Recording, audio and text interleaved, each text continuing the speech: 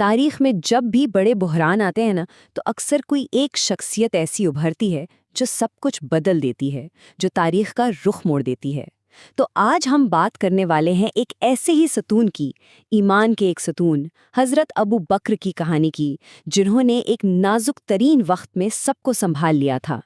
ذرا اس لمحے کا تصور کریں جب امید کی ہر کرن، ہر روشنی مدھم پڑ گئی ہو۔ ایک پوری کی پوری قوم صدمے اور بے یقینی میں ڈوبی ہوئی تھی، لیکن اس اندھیرے میں، اس طوفان میں ایک شخص تھا جو چٹان کی طرح اپنی جگہ کھڑا رہا۔ تو چلے کہانی کے اس سب سے نازک موڑ پر چلتے ہیں، وہ وقت جب پیغمبر اسلام اس دنیا سے پردہ فرما گئے اور ہر طرف جیسے ایک افراتفری کا عالم تھا۔ اس صدمے کی گہرائی کا اندازہ لگانا بھی مشکل ہے۔ ایک ایسی امت جس کی پوری بنیاد ہی ایک شخصیت پر تھی، وہ اچانک خود کو بغیر کسی رہنما کے پاتی ہے۔ ہر طرف الجھن تھی، غم کا ایک طوفان تھا، ایسا لگ رہا تھا جیسے دنیا کی بنیادیں ہی ہل گئی ہوں۔ لیکن جو شخص اس طوفان میں چٹان کی طرح کھڑا رہا، اس کے کردار کی بنیاد بہت بہت پہلے رکھی جا چکی تھی۔ تو یہ سمجھنے کے لیے آئیے ذرا وقت میں پیچھے چلتے ہیں اور دیکھتے ہیں کہ اسلام کے آغاز میں وہ کون تھے۔ اور یہاں ایک بہت دلچسپ بات ہے، ان کی یہ خوبیاں اسلام قبول کرنے کے بعد نہیں بنی تھیں، وہ تو پہلے سے ہی زمانہ جاہلیت میں بھی اپنی سچائی، اپنی مہربانی اور اپنی دانائی کے لیے مشہور تھے، اور لوگ اسی وجہ سے ان کا بے حد احترام کرتے تھے۔ اب یہ کوئی معمولی بات نہیں تھی۔ ایک ایسے معاشرے میں جہاں ہر نئی بات، ہر نئے خیال کو شک کی نظر سے دیکھا جاتا تھا، وہاں ان کا بغیر کسی سوال، بغیر کسی ہچکچاہٹ کے فوراً ایمان لے آنا، یہ سچائی کو پہچاننے کی ان کی غیر معمولی صلاحیت کا ثبوت ہے۔ اور دیکھیں، ان کا ایمان صرف زبان تک یا دل تک محدود نہیں تھا، وہ عمل میں نظر آتا تھا۔ انہوں نے اپنی ساری دولت اسلام کی راہ میں لگا دی، ان غلاموں کو اپنے پیسوں سے خرید کر آزاد کرایا جن پر ایمان لانے کی وجہ سے ظلم کیا جا رہا تھا، اور ہر مشکل میں، ہر قیمت پر اسلام کے ساتھ کھڑے رہے۔ اب کہانی ایک ایسے موڑ پر آتی ہے جہاں ظلم و ستم اپنے عروج پر تھے، ہجرت کا سفر، اور یہاں پیغمبر کے ساتھ ان کی وفاداری ایک بالکل نئی بلندی پر نظر آتی ہے۔ پیغمبر کا انہیں اس سفر کے لیے چننا، یہ ان پر کیے جانے والے گہرے اعتماد کا سب سے بڑا ثبوت تھا۔ یہ کوئی عام سفر نہیں تھا، یہ جان لیوا خطرات سے بھرا ہوا سفر تھا، اور اس کے لیے صرف ایک ساتھی کا انتخاب ہوا۔ یہ سفر 3 بہت ہی خطرناک مرحلوں پر مشتمل تھا۔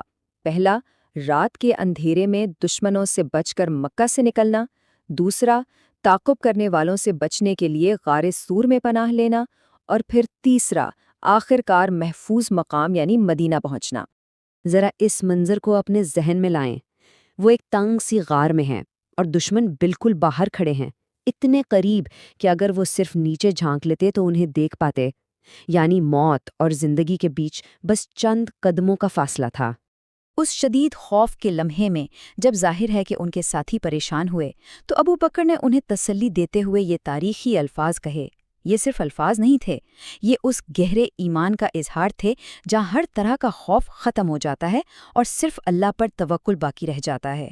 تو اب ہم واپس آتے ہیں کہانی کے اسی نقطۂ عروج پر جہاں سے ہم نے یہ بات شروع کی تھی، پیغمبر کا وصال اور ابو بکر کا وہ تاریخی رد عمل جس نے ایک بکھرتی ہوئی امت کو بچا لیا۔ جب لوگ غم اور صدمے سے انکار کی کیفیت میں تھے، تب ابو بکر کھڑے ہوئے اور انہوں نے یہ تاریخی خطبہ دیا۔ ان الفاظ نے لوگوں کے غم کو ایک ابدی سچائی کی طرف موڑ دیا اور ان کے بکھرے ہوئے ایمان کو دوبارہ ایک مرکز پر جمع کر دیا۔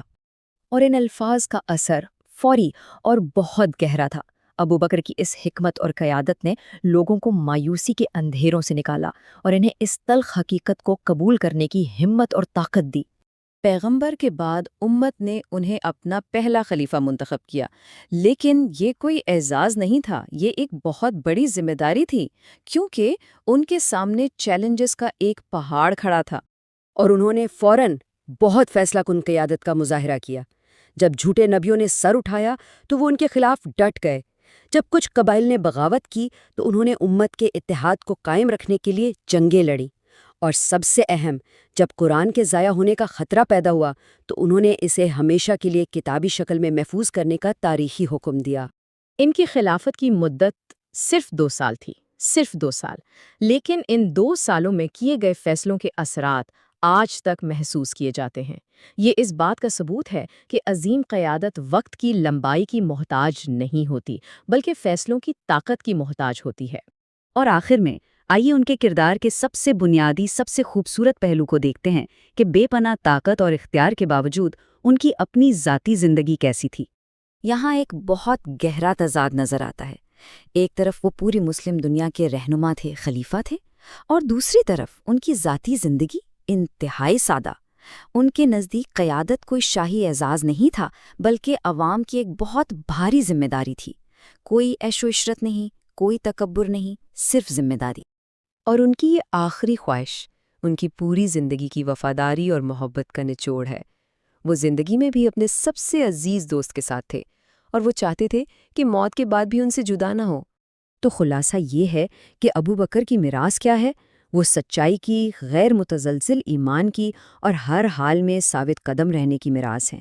وہ ایک ایسے رہنما تھے جنہوں نے اسلام کا اس وقت دفاع کیا جب وہ اپنے سب سے نازک، سب سے کمزور دور سے گزر رہا تھا۔ یہ کہانی ہمیں ایک گہرے سوال پر سوچنے پر مجبور کرتی ہے کہ قیادت کا اصل مطلب کیا ہے؟ جب آپ طاقت میں سے شان و شوکت اور تکبر نکال دیں تو پیچھے کیا بچتا ہے؟ شاید وہی جو ابو بکر کے زندگی کا نچوڑ تھا: خدمت، ذمہ داری اور عاجزی۔